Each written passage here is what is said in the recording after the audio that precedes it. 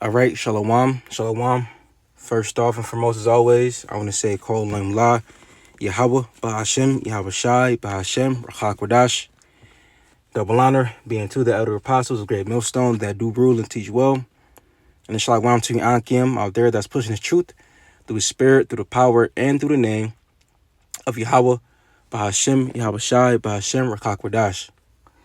Okay, so this lesson is going to be titled, Never Trust Thine Enemy. Okay? Like the scriptures say, never trust thine enemy.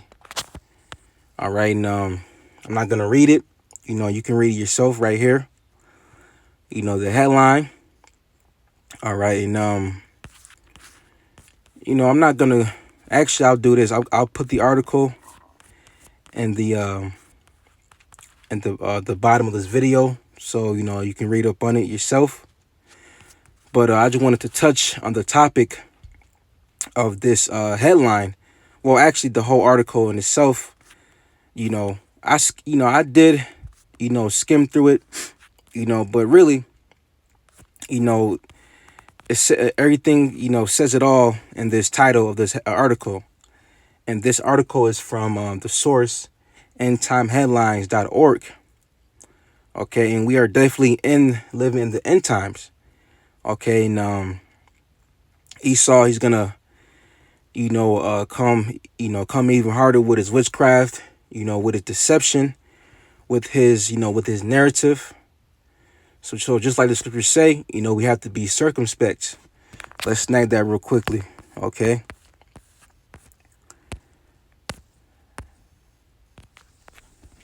All right, circumspect KJV. This is the book of, actually, let me get it in the sword. All right, let's get it right in the sword, man. Scriptures. This is the book of Ephesians. Excuse me.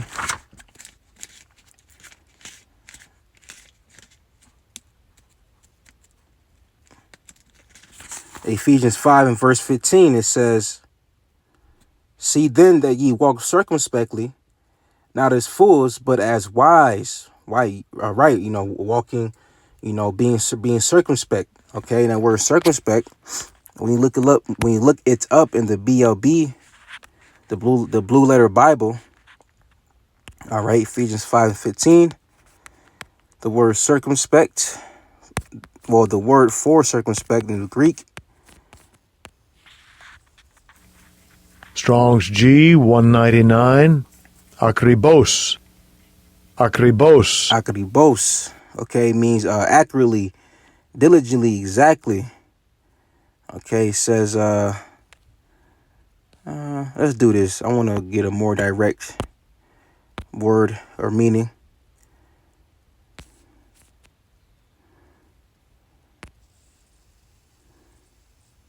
So in the Merriam-Webster dictionary, it says circumspect means to careful to consider all circumstances and possible consequences. And the other word for circumspect, it says prudent. Okay, prudent. That's one thing too. We gotta be prudent. You gotta be wise out here. Moving. You gotta get in and get out. Because the scriptures say, a prudent man, foresee the evil, and we are hip to, Esau's deception. Okay, just like you see in the screenshot in front of you. Okay, just like the article says, right? So we are not ignorant of Satan's devices. Okay, and the word prudent, it means characterized by arising from or showing prudence, marked by wisdom, marked by circumspection, right? So we got to be circumspect and keep your head on the swivel, keep your eyes open, right? So let's keep going. So back in Ephesians 5 and 16, and it says, redeeming the time because the days are evil, right, man? These days are evil, right? And you want to use this grace period that we're under, three how about Shemal Shai, to take advantage of the lessons that are being, produced by the apostles of Great Millstone, the elders, the bishops, okay, the Ankim, right? The sincere brethren, right? You want to take advantage and, tune in lessons, look, going into articles, being a watchman, right? And just staying up to date on prophecy, okay? Because the scriptures say, measure thou the time diligently in itself, right? So we have to be in the loop of prophecy. We have to be in the know, which we already in the know, but, you want to stay in the know. You want to stay aware and up to date as far as prophecy goes, right? So we got that preset. Now let's get this quick one, because the scriptures say, never trust thy enemy, right? So, like the title of this lesson, this is the book of Sirach, chapter 12 and verse 10. It says, never trust thine enemy, for like as iron rusteth, so is his wickedness.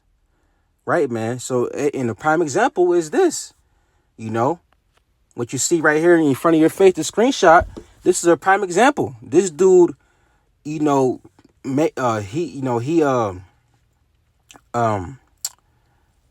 can I word it without, Esau, trying to strike the video. I'll put it like this.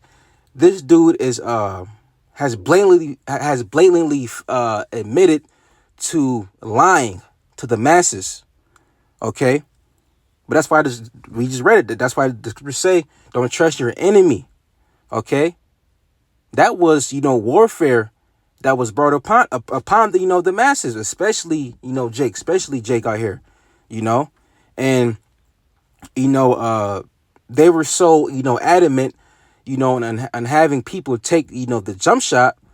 And then, 4 years later or 3 years or 4 years later, I'll say even last year, people were, having complications. I put it to you like that after they took that, that jump shot. Right.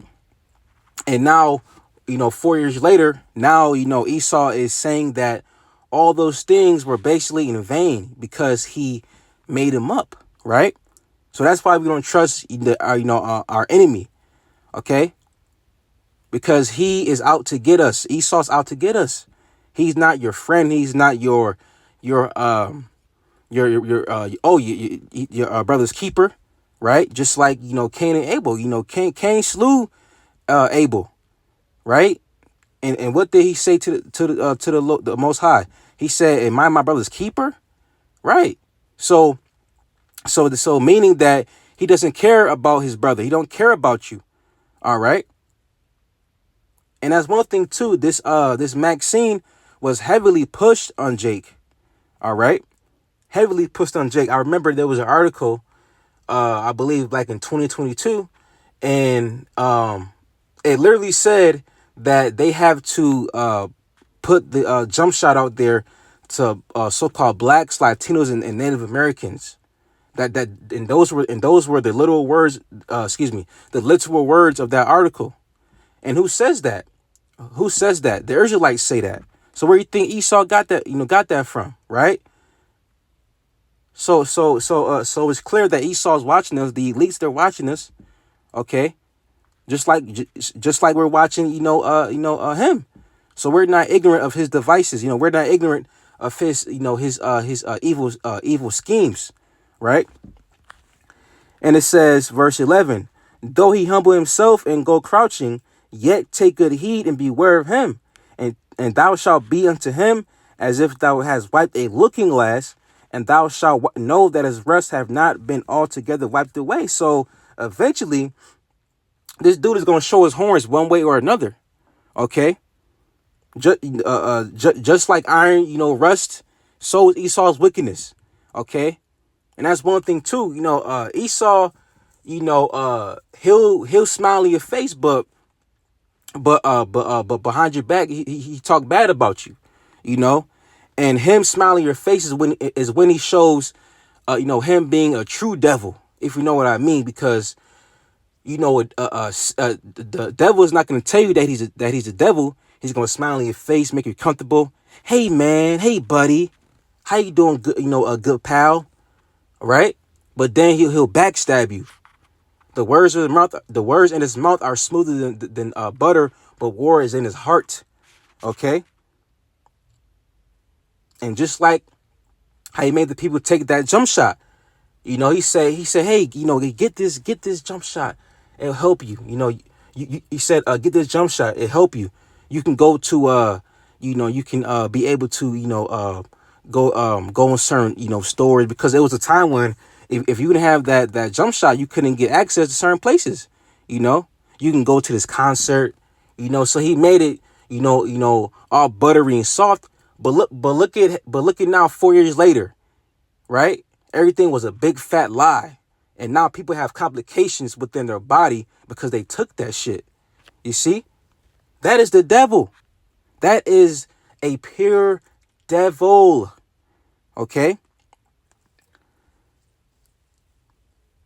Verse 12. Sirach 12 and verse 12. Set him not by thee, lest when he have overthrown thee, he stand up in thy place. Neither let him sit at thy right hand, lest he seek to take thy seat. And thou at the last remember my words and be pricked therewith. Right, man? So you can't trust this dude. Right? He's gonna try to take your spot. He's gonna the JOOs, they did that to us. Right? They're claiming to be us when we know that they're not. Right? So Esau will laugh in your face, but behind your back, he's mad, and wroth, right? The scriptures say that his anger did tear perpetually perpetually, and the word perpetually means forever, right? It said that he cast off all pity towards us. We can go to the book of Amos 1 and verse 11, which I'll just get it real quick since I mentioned it for edification's sake. All right. Let's see here.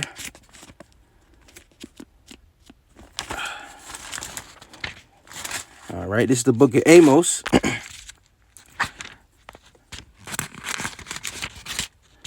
Amos chapter 1 and verse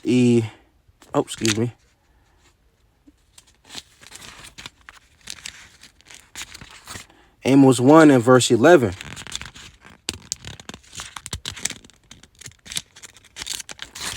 And it says, thus said the Lord, for 3 transgressions of Edom, and for 4 I will turn away the punishment thereof, because he did pursue his brother with the sword. And who was Esau's brother? Jacob, us, right? Esau is our evil twin brother. And it says, and his anger did tear perpetually. Now, I believe when you go to that word perpetually, I believe it means forever, but let's just double check for edification's sake, right? So this is the book of Amos 1 and verse 11. And for the word perpetually, it says, Strong's H 5703. Add. A-D. Okay. And the word there says forever, continuing, future, ancient, of past time, forever, of future time, right? So this dude, he has anger towards us for since the womb, since the patriarch, our patriarch, Jacob, and the patriarch of Edom, Esau, were in the womb, right? It's been tension. So how much more today? Right here it says continuing future. Aren't we in the future? Aren't we in, a more modern world, right? A whole different generation compared to the ancient time, right? So now this dude has openly admitted it, that he, lied to you about the jump shot. Okay. But that's why this, like we just said, don't trust your enemy. Not we, but like the scriptures say. So back in Amos 1 and 11, and it says, and he kept his wrath forever. Right. Now, I want to make a quick point, because this is why we don't trust. Oh, let me go back to Salakia. Let me go back to this. Now, Salakia. Sirach 12 and verse 13. Okay, it says, who will pity a charmer that is bitten with a serpent, or any such as come nigh wild beast? Right. Who shall pity a snake charmer when he is bitten? You know, who shall pity somebody that join hand in hand with the devil and gets bit by the serpent? Nobody, because you're not supposed to trust him. You're not supposed to put your trust in him. And that's why the scriptures say, woe unto them that go down to Egypt for help. You see, and a lot of Israelites did that. They went down to these, these stations, and took, that juicy juice, took that serpent's bite. You see, you Jakes, man, you got to know who your enemy is, right? You got to know who your enemy is. Shit, you even have, you even have Israelites that are enemies to other Israelites, right? So how much more, Esau, man? Let me just snag that real quick because I did mention it. This is the book of, let's see here, Isaiah 31 and verse 1, and it says, woe to them that go down to Egypt for help, right, man? For help. And Babylon, aka America, is what? Spiritual Egypt. So a lot of Israelites, went down to Esau for help. They went down to Master E to get that jump shot, to, thinking that is gonna help them, but it made them worse. You see? And now years later, Esau saying that he made everything up. Okay? Come on, man. And that right there, the jump shot was nothing more than a test run. It was a prelude to the MOTB, okay? The RFID C-HIP. That was a prelude, man. So when the hour of temptation comes, there's going to be a lot of people that are going to take it, because just like he did with the jump shot, he's going to make it, he's going to package it up very nice. He's going to make it sound safe for you to take. But according to the scriptures, if you take that, then you'll be, you're going to die, okay? You're going to be put to death in that nuclear fire, okay? And that nuclear fire is prophesying the scriptures, okay? The scriptures say that, the scriptures foretell that Babylon's going to, go out by nuclear destruction, okay? And that's the words of Yahweh Shema Shai, right? So us knowing that Esau is the devil, right? We can't trust this dude, man. Let me get this real quick. This is 2 Corinthians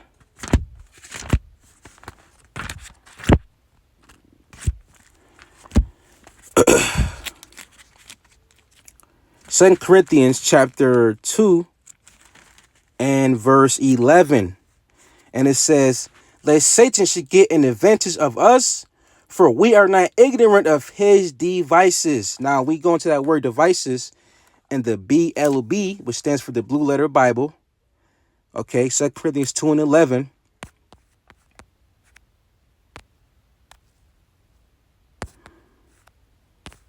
The word devices, the word here is Strong's G 3540, Naima. Naima. And that word means a mental perception, a thought, an evil purpose, a mental perception. So that goes to show that Esau, he distorts, reality, because he controls the narrative. Esau is the god.